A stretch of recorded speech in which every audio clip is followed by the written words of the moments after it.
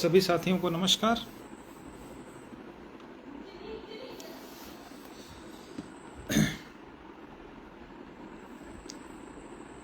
जो भी साथी जुड़ते जा रहे हैं एक बार शेयर कर दें ताकि सभी लोगों तक जो है हमारी बात पहुंच जाए।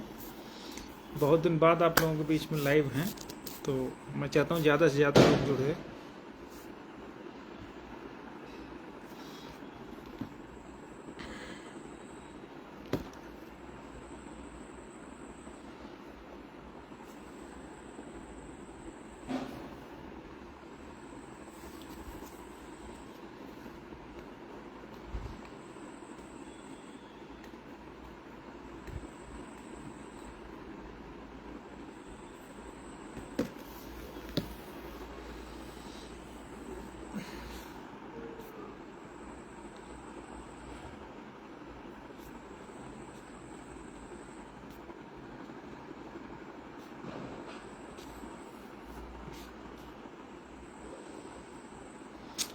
ब्रजेश भाई नमस्कार, अनिल वर्मा भाई नमस्कार। तो जितने लोग भी जुड़ते जा रहे हैं एक बार शेयर कर दें।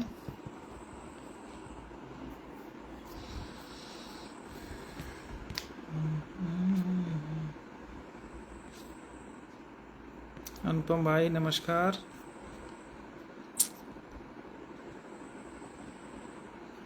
हाकिम सुल्तान भाई, जितने लोग हैं काफ़ी लोग जुड़ चुके हैं।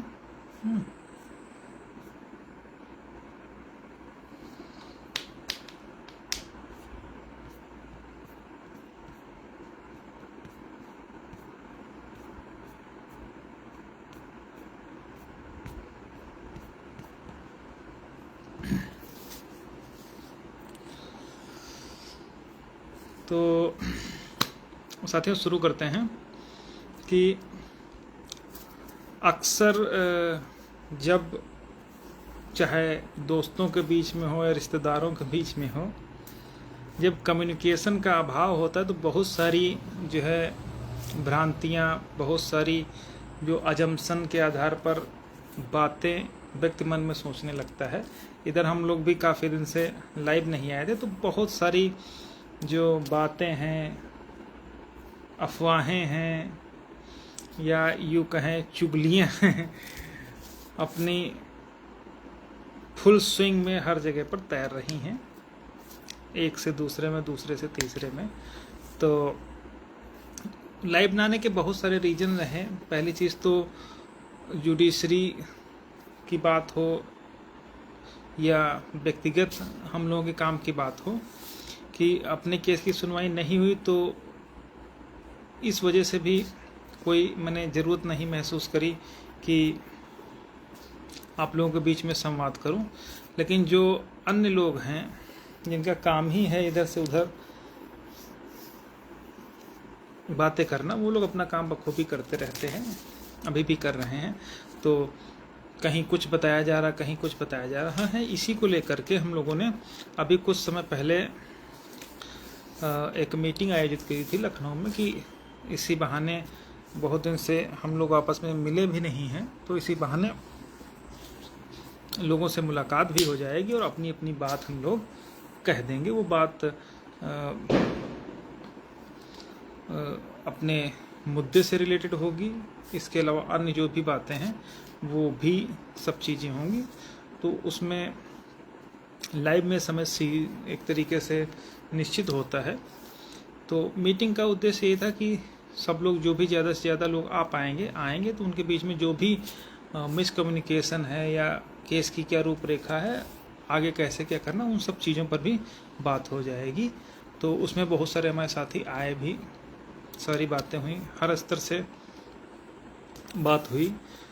तो उन लोगों ने चीज़ों को समझा और उसी के हिसाब से आगे काम करने के लिए भी सारी बातें हुई। उन बातों को एक दूसरे से भी कम्युनिकेट किया गया, बताया गया, लेकिन वो जिस तरीके से बताई गई उससे बहुत सारी बातें लोगों तक नहीं पहुंच पाई। और लोग भी, अपने साथी भी कह रहे थे कि लाइव आकर के उन सब चीज़ों पर डिस्कस किया जाए। तो क्योंकि 28 तारीख को अपना केस भी लगा हुआ है, fairly high on the board court ने कहा था, लेकिन कोशिश करेंगे मेंशन करवाने की, मेंशन करके एटलीस्ट सुनवाई हो और आगे की जो इस केस की दशा दिशा तय हो। तो आज लाइव आने का उद्देश्य था हमारा कि हर तरीके के लोग अपनी अपनी बातें बता रहे हैं।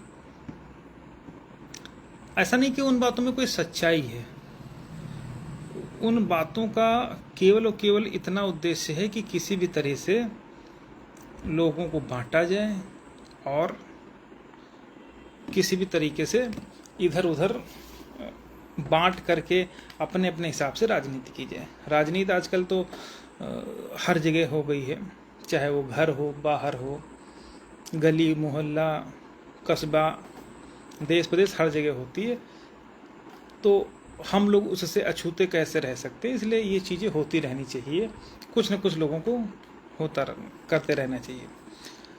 तो अब बहुत ज़्यादा इधर उधर की बातें या रूपरेखा ना बनाते हुए हम लोग सीधे टॉपिक पर ये आते हैं। इस समय हमारे पास 3-4 मुद्दे हैं जिन पर बात करनी ज़रूरी है। पहला मुद्दा तो ये है कि जो बीएड का मैटर है, ब्रिज कोर्स का मैटर है, उस पर बात हो। दूसरा, कुछ लोग कहते हैं कि 6800 के बात हो या याचियों की बात हो या कौन कौन सी 19,000 की बात हो, इन सब बातों पर हम लोग आज डिटेल से वार्ता करेंगे। जो भी साथी लाइव में जुड़े हैं, अगर उनका कोई प्रश्न हो तो वो कमेंट में टाइप करते जाएं तो मुझे सामने दिख जाएगा। तो जब भी मैं अपनी बात कहने के दौरान उस सवाल को या उस टिप्पणी को देख करके आगे उस बात का भी जवाब मैं देने की पूरी कोशिश करूंगा। ठीक है। जो पहला मुद्दा था वहाँ पर हम लोगों को बुलाने का, उसमें सबसे पहला मुद्दा ये था बेसिकली कि ब्रिज कोर्स को लेकर के क्या है। तो सभी जानते हैं कि हम लोगों के साथ में बीएड और बीटीसी दोनों तरीके के हमारे साथी जुड़े हुए हैं और समान रूप से वो लोग इस भर्ती में अभी तक हम लोगों के साथ में न केवल जुड़े रहे हैं बल्कि कंधे से कंधा मिला करके हर जगह पर काम किया है, चाहे कोर्ट में हो सहयोग के नाम पे, चाहे आंदोलन में हो या जहाँ कहीं भी ज़रूरत समझी गई वो सारी की सारी बातें कही गई हैं, उस पर काम किया है उन लोगों ने। तो यहाँ पर बीएड बीटीसी का वैसे तो मैं नहीं लाने का प्रयास करता था, लेकिन कुछ हमारे साथी थे जिनका ये था कि भाई ब्रिज कोर्स को लेकर के स्थिति स्पष्ट करिए, सरकार ने क्या किया है, ये सारी चीज़ें करने की ज़रूरत है। तो सबसे पहले हम लोग ब्रिज कोर्स की जो बात है उसको क्लियर करते हैं, उसके बाद 28 की सुनवाई के लिए और उसके अलावा 6800 याची ये सब पर भी बात होगी। तो जो पहला ब्रिज कोर्स का जो डिस्प्यूट हुआ वो एक WPC फाइल हुई थी सुप्रीम कोर्ट में। उसमें हालांकि कई WPC थी, तो उसी में जो देवेश शर्मा का जजमेंट था, तो देवेश शर्मा के जजमेंट में ये कहा गया था कि जो बीएड वाले हैं उनको ब्रिज कोर्स करवा करके इसके समकक्ष लाया जाए। ठीक है। तो 69,000 में भी काउंसलिंग हुई, उनमें भी बीएड वाले चयनित हुए, उनका ब्रिज कोर्स नहीं हुआ था। तो उनमें से कोई कैंडिडेट सुप्रीम कोर्ट में WPC की कैंडिडेट पिटीशन फाइल किया और उसी के सापेक्ष में कई और W पिटीशन फाइल हुई और ये कहा गया कि साहब हमारा ब्रिज कोर्स नहीं हुआ है और अगर ब्रिज कोर्स नहीं होगा तो हम बाहर कर दिए जाएंगे। ठीक है।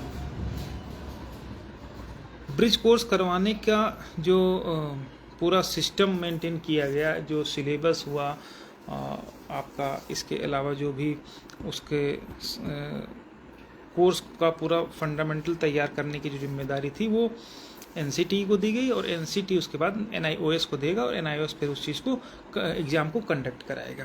ये सारा रूपरेखा देवेश शर्मा के जजमेंट में माननीय सर्वोच्च न्यायालय ने व्यवस्था दी।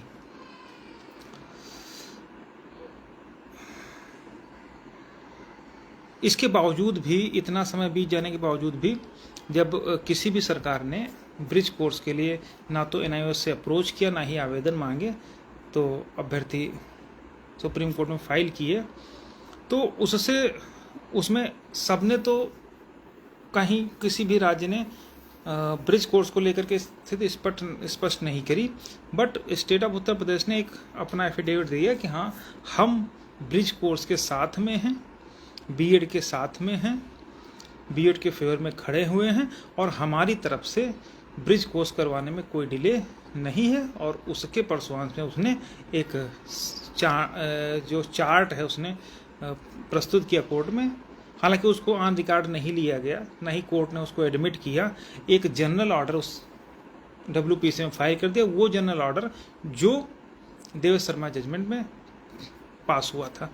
उसमें स्पष्ट था कि एज ऑन डेट जो भी कैंडिडेट BTET वाले अपॉइंटेड हो चुके हैं उनको बाहर नहीं किया जाएगा, और ना केवल बाहर ही नहीं किया जाएगा बल्कि उनको प्रशिक्षण दे करके ब्रिज कोर्स करवाया जाएगा, फिर वो प्राइमरी में एलिजिबल रहेंगे और इसकी जिम्मेदारी NCT और NIOS को सम्मिलित रूप से रहेगी।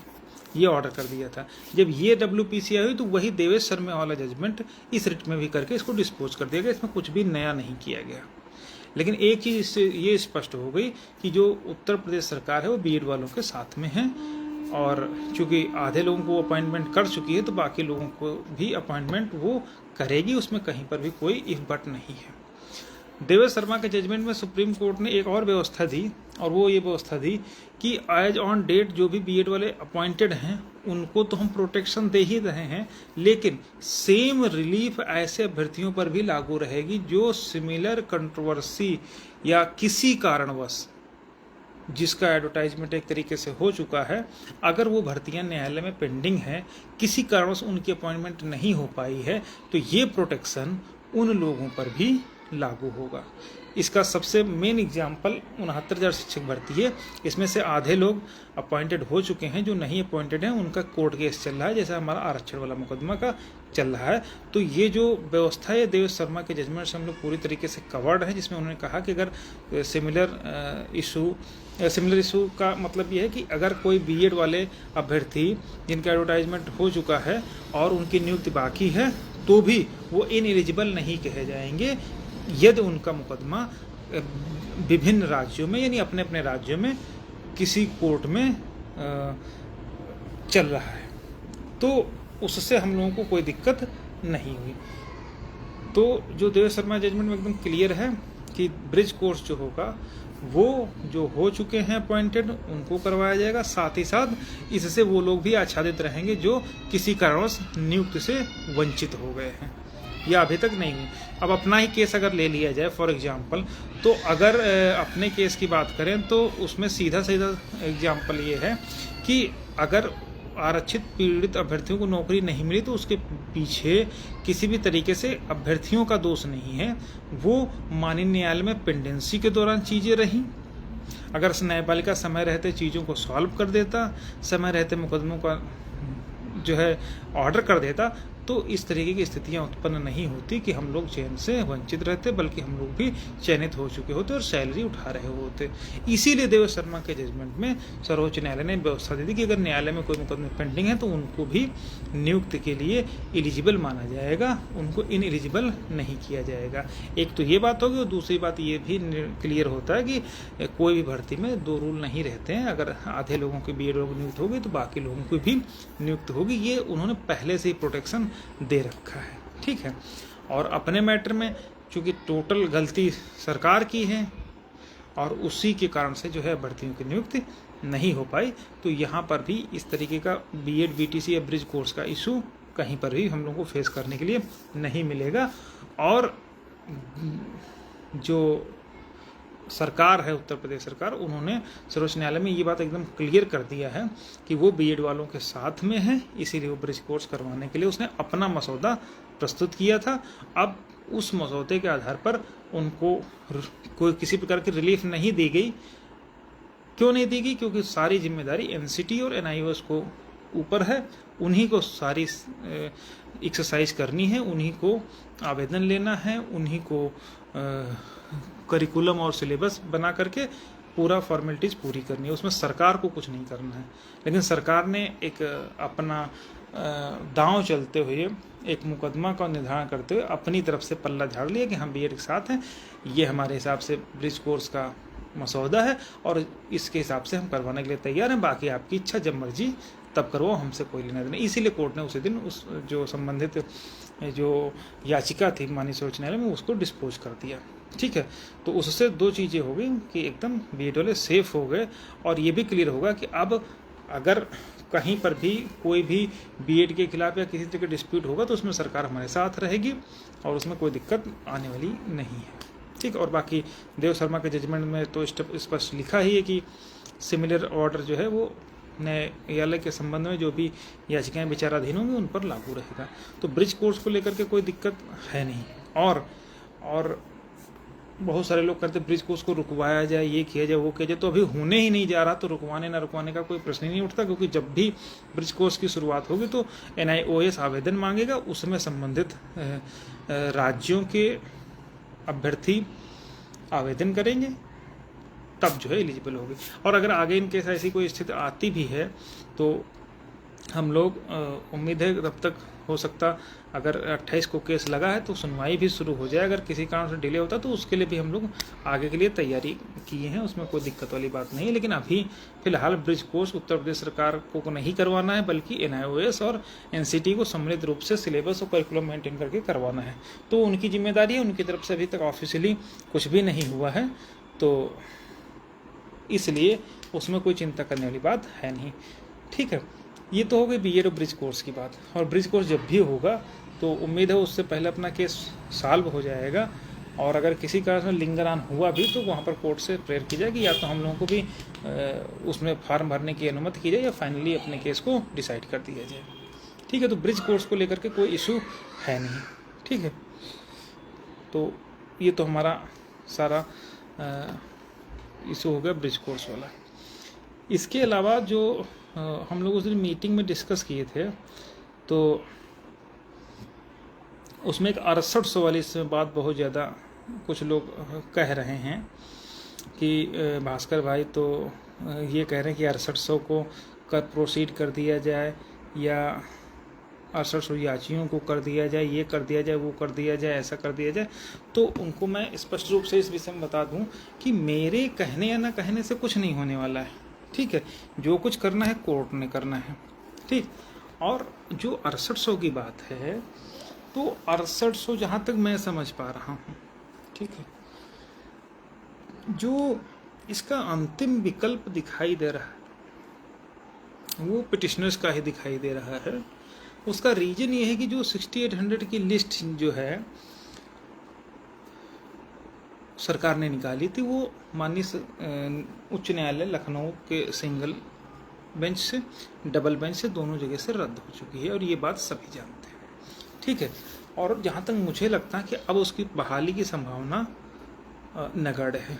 ठीक है, जो लोग करवा सकते हैं बहाल वो करवा लें, इसमें मेरा कोई उनसे विरोध नहीं है, लेकिन ये मेरा व्यक्तिगत मानना है कि वो तो बहाल होने से रही। क्योंकि उसका कोई लीगल आधार नहीं था। ठीक है, तो इसके बाद हम लोग क्या सोच रहे थे, जो मैंने सोचा था उसको कोई फाइनल रूप नहीं दिया गया था, केवल एक सोच भर थी। उससे पहले 3 चीज़ें थी। अपनी भर्ती में कई तरीके के लोग हैं, मैंने पहले बताया। कुछ लोग ऐसे हैं जो चाहते हैं कि 2020 दिसंबर तक के ही याचियों को नौकरी मिल जाए। कुछ ऐसे अभ्यर्थी हैं जो सोचते हैं कि सिंगल बेंच की याचियों को ही मिल जाए, मतलब जो जहाँ पर है उस हिसाब से सोच रहा है।